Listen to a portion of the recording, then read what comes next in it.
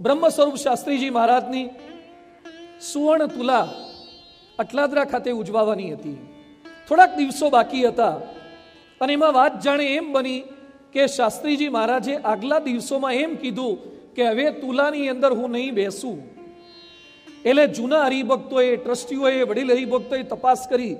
છેલ્લે એમને મળવા કોણ ગયું હતું? તો કે છેલ્લે આ નારાયણ સ્વરૂપદાસ મળવા ગયા હતા પ્રમુખ સ્વામી। કઈ જાણ્યા વગર, પૂછ્યા વગર બધા ટ્રસ્ટીઓ, જૂના હરિભક્તો ભેગા થઈ ગયા અને પ્રમુખ સ્વામી મહારાજને ભરપૂર ઠપકો આપ્યો, ખૂબ ખખડાવ્યા। એમનો બિલકુલ વાંક નહોતો। પછી તો આખો પ્રસંગ સરસ રીતે દીપી ગયો।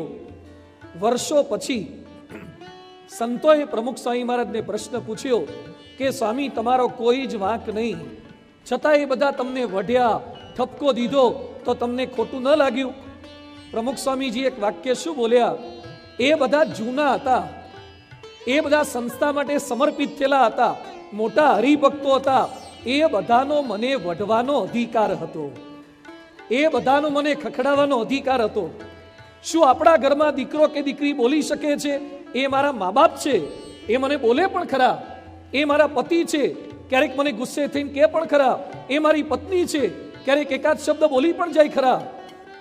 પરિવારના તમામ સભ્યોના અધિકારનો આદર કરતા શીખીએ તો પરિવારમાંથી અશાંતિ દૂર થશે અને શાંતિનું સામ્રાજ્ય આપણા જ પરિવારના સભ્યો છે, એની પાસે જે અધિકાર છે, જે સામર્થ્ય છે, જે સત્તા છે, જે આવડત છે, એનો સ્વીકાર કરીએ તો આપણા પરિવારમાં પણ એ શાંતિનું સામ્રાજ્ય ચોક્કસ સ્થપાઈ શકે છે।